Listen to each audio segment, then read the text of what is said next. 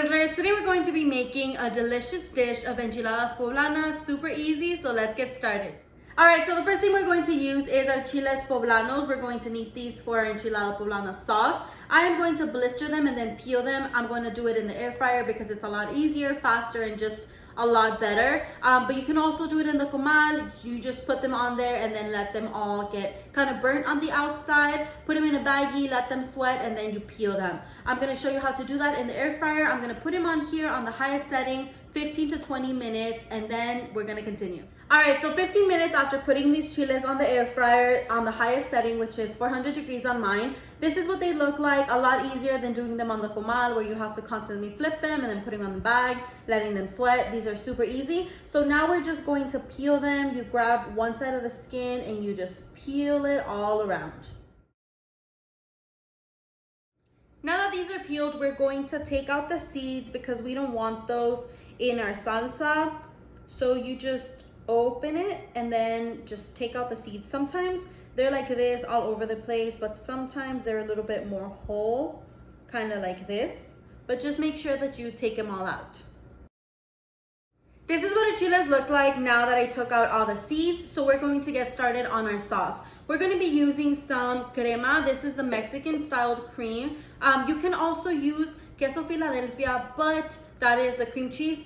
Whenever I make my spaghetti sauce for the green spaghetti, I use that cheese, and I don't like this sauce to be too similar to that, which is why I use the cream. I've also tried it with evaporated milk, but I found that it was too runny, so the cream is perfect for me, but I know there's different ways. I also like to add a tiny piece of onion just for flavor, not too much because you don't want it to overpower, a little bit of cilantro, and of course, some knorr. I'm gonna leave you the exact measurements in the description, but with this sauce, I go more on the consistency instead of the exact measurements because sometimes the chile size varies. You could use a different cream or etc. But I will leave you the exact description below. After we blended all of that together, this is what our sauce looks like. We're gonna put it in our pan so it could get a little bit thicker and also get warmed up. So look at the consistency. It is not too thick and not too runny either. It is a perfect middle point, so you know this is kind of what you're going for. If you leave it a lot thicker, then you can always add some water so it could be less thick. And if it's too runny, then add a little bit more cilantro maybe. Always try to add a little bit less water and then go up from there, because if it's too watery, then it's a little bit more difficult to fix. Make sure that you heat it up in a medium-low heat, because if it's too high, then the cream will just burn and you don't want that. So make sure that it does just simmer, get a little bit thicker and hot. While our salsita is heating up, we're going to fry our tortillas. This step is definitely optional, but it does make such a big difference. It tastes a lot better when you do fry them in a little bit of oil. So make sure you add some oil to your pan and that you get it nice and hot. Now that our oil is hot, we're gonna fry our tortilla, but you don't want it to be super crispy. It'll just be a quick in and out.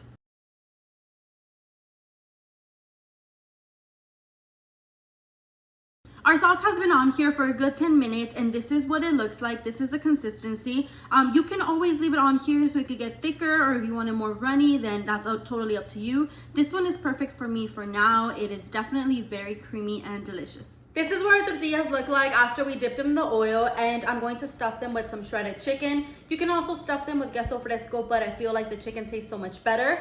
This I cooked this morning. All I did is just add the chicken in the water with some salt. Don't forget the salt, and a little piece of onion for flavor. I do love me some onion, and then I shredded it, and here it is. So we're going to get our tortilla, and these aren't hot anymore, and the salsa is hot, so that's gonna heat them all up. We're going to roll it.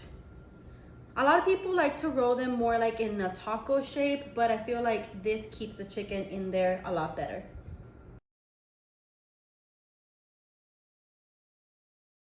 This is what our enchiladas look like, and it's time to add our sauce, and this is it. It's nice and hot, so we're going to just put it all up in here. A lot of people like to have this in the pan and then dip the tortilla, but I really like how it tastes with it just on top. It's definitely up to you. You can also put them in the oven after this, but I like them to be, like the tortilla right now is a little bit crunchy on the edges, and I really like that.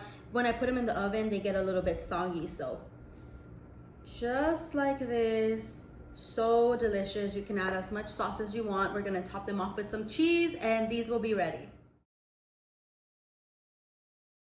All right, Sizzlers, so this is what our enchiladas poblanas ended up looking like. So delicious. I topped it off with some queso fresco because that's my favorite on enchiladas, but you can also use mozzarella or even Monterey Jack. That one is perfect, so gooey and melty. In case you're going to put them in the oven, it'll come out perfect every time. You can also make this sauce a little bit spicy by adding some jalapeno. The flavor does change a little bit, but not too much. I personally don't like these to be too spicy, but it's totally up to you. Thank you so much for watching. Until next time.